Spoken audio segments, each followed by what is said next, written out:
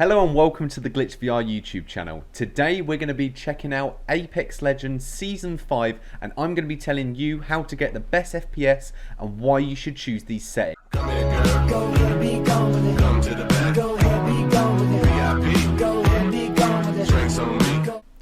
Okay, so what I'm going to be doing in this video is keeping it, like me, nice and simple. So, first things first is the way we're going to do this. I'm going to go down this list of kind of all these different things and let you know which one you should be choosing. I've been doing different tests and I'll let you know along the way why you should be doing this, okay? But first things first, before we even get started with the Apex settings, if you're wanting the best FPS that you can, you need to start first of all by checking that you've got the latest GeForce drivers, okay? The NVIDIA, what was it? The GeForce Experience. I'm sure a lot of you know about this, but if you don't, I'll put a link down below. GeForce Experience. Make sure you've got the latest up-to-date drivers for your graphics card. Also, with graphics cards, I'm using a 1080 Ti, so my FPS is going to be quite high, but each difference is going to be like a plus 2 FPS. I've also tested these settings on a 760 graphics card, and the settings seem to be working fine. So we've updated our drivers. Yes, we know that. Now the next part is if you are doing a heavy gaming session, and we're going to do this. Down here, shut everything that you're not using off. Spotify, if you don't need Discord because you're not using it, turn it off. Steam, you don't really need it because we're using Origin. OBS, I need that. Basically, any apps or anything that you're not using, turn off because that's going to be stealing your computer's power. Okay, so now the Apex settings. So, with display mode, you want it on full screen. From windowed to full screen, you actually gain another 30 FPS from having it on full screen. So make sure straight away your game's on full screen mode. Aspect ratio, you want to keep that on by 16:9. That's just the way it is. Now resolution. This is the first tip that I'm going to give you guys to really give a little boost. Alright, so as you can see on the graph, the first 3 resolutions, okay, will give you a quite hefty FPS boost, but they're not clear, the quality's not good. The 1600x900's alright, but just from these two, okay, the 1080p and the 992p, there was a 50 FPS boost difference I got just from dropping it down, but the quality did not change really. Me personally, I'm going to be using this from now on and I'd recommend you do the same. If you don't like it, don't do it, but very big FPS boost by just dropping it down 1, and I didn't really notice a difference, so that's one thing. Now field of view, I found that with every 10 degrees of field of view you would lose or gain 2 FPS. I personally like to play on 100 degrees field of view, but that's down to you. So once again on the graph, there's not too much difference. This is down to you, but I would recommend going for 100. Sprint view shake, I leave this on minimal because when I'm running along in the game, I'd like to see as much as possible. I don't want it to be like an earthquake going along. Alright, so whack that on minimal.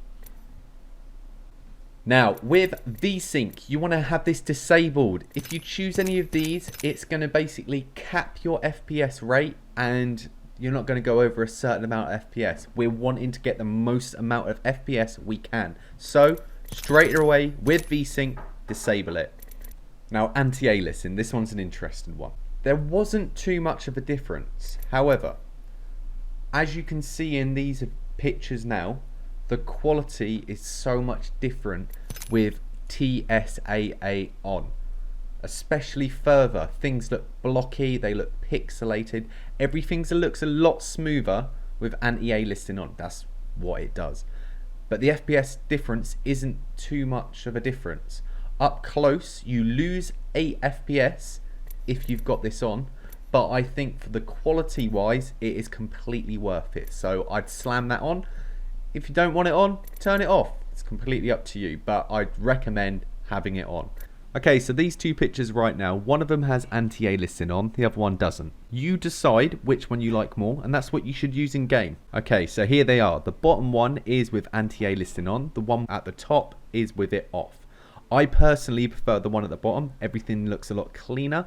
However, it's down to you. If you prefer a lot more jagged edges, you find that it's easier to see people that way, have it off. Now, texture streaming budget and texture filtering, both of these didn't really change my FPS too much. However, I just feel with the amount of VRAM that's being used, more power, I'd say keep this on 6 GB. And then with texture filtering, put it on bilinear. This looked fantastic still when I was playing it, and kind of with FPS, I was still hitting high FPS. It didn't really affect it too much, but once again, for the quality of the game, I'd have them both on that. Now, I've just laid out all the Steam and budget different options. Between off and very low, there is a huge difference in quality. However, everything after that, there doesn't seem to be much of a difference. I can now see why from very low to very high, the FPS doesn't change too much. So take what you want from this and decide what you want to do, because honestly, I don't think there's going to be much change.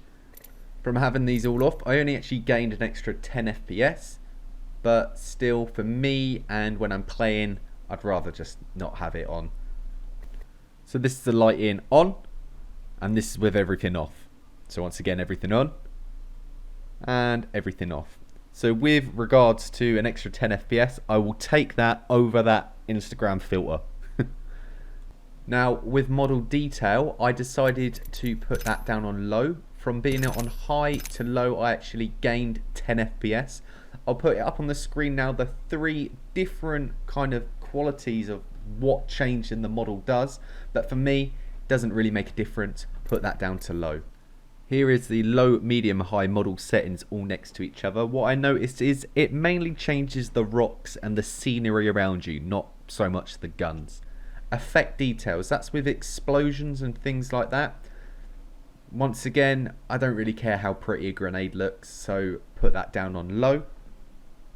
Doesn't affect the FPS too much, but when there's a lot of explosions going on, I don't want my FPS dropping. I'd rather my graphics card focus on everything else, getting them FPS instead of showing how pretty an explosion is. Impact marks, to be honest, I was trying to look into it a little bit more. Don't know what it does. Disable it. Now with Ragdolls, that's how pretty your character is going to be flying through the air once they're dead. So I've just put that on low. I don't really want to relive what just happened, so that's it.